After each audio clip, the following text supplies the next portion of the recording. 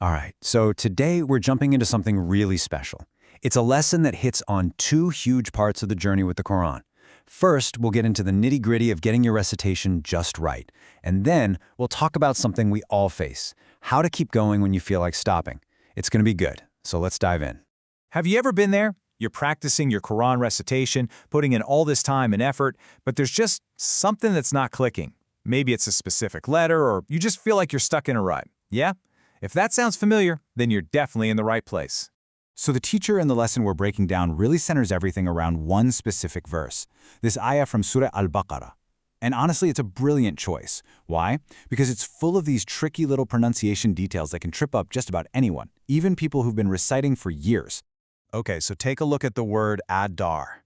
The instructor zeroes in on this one because there's a super common mistake people make. We tend to say it with this really heavy, thick sound, right? But that actually changes the letter. And, well, it's not quite how it's supposed to be. And here's the secret sauce. The letter dal is what's called a light letter. And the instructor gives this amazing tip. To say it right, you should almost smile as you do it. Seriously, try it.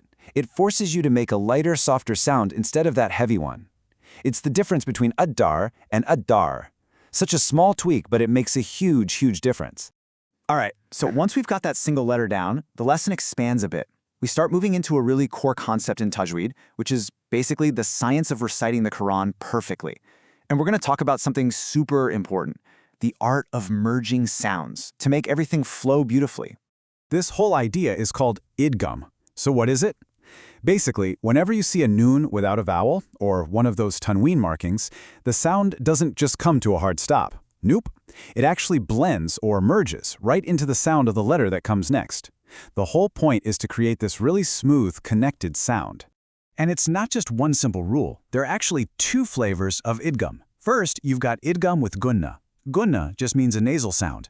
So when the next letter is one of those four you see there, the yan-mu letters, you merge with a little bit of a nasal sound. The second type? Idgham without gunna. No nasal sound here. The merge is just clean and direct, and this happens when the next letters are lam or ra. Let's look at an example of the first one, the one with the nasal sound.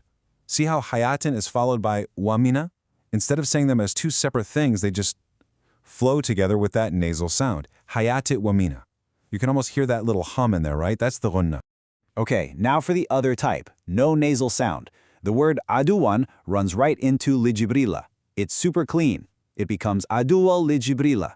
That N sound from the first word just gets totally swallowed up by the L in the second. It's just one smooth, seamless sound. This next bit is such a great practical tip from the instructor. He says, look, don't try to just memorize all these rules. You're human. You're gonna forget. So his solution is simple but brilliant. Grab a pencil and actually mark these spots in your own Quran, your mushaf. That way, you get a little visual reminder every single time you practice. It's a total game changer.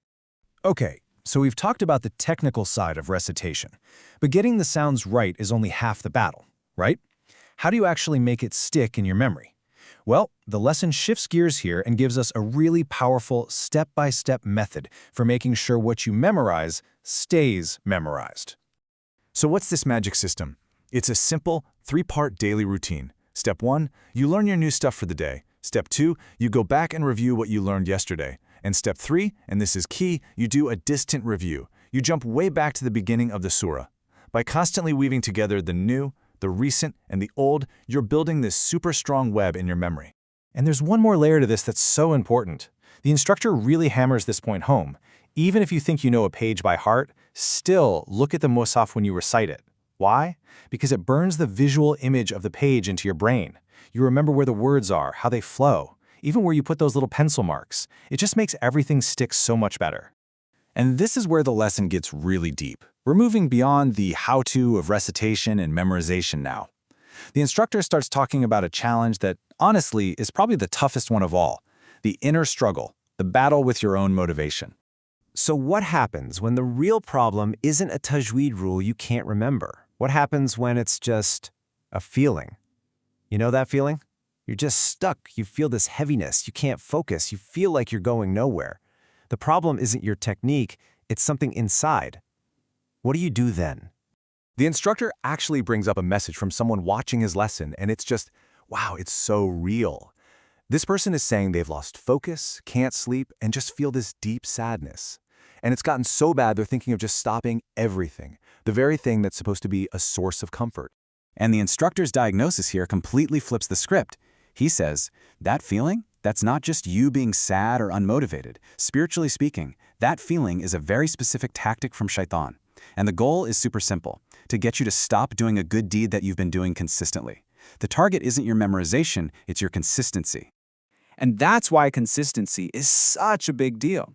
The teacher reminds us of that famous hadith. The best deeds in the eyes of Allah are the ones that are the most consistent, even if they're tiny.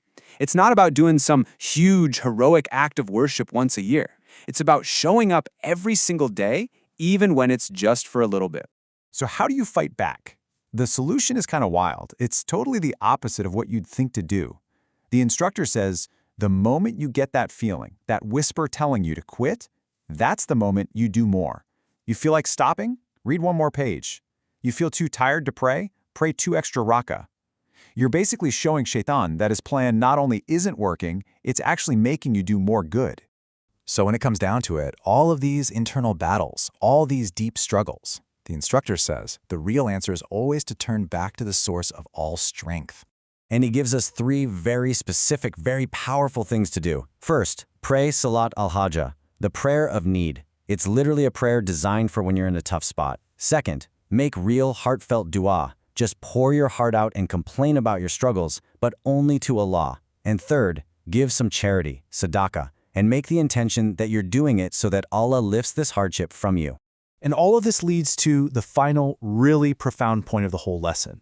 The instructor leaves us with this idea: we might look at our problems and think they're impossible to solve, but spiritually, everything has a solution. The only problem that is truly, truly unsolvable is your distance from God. That's a powerful thought to end on.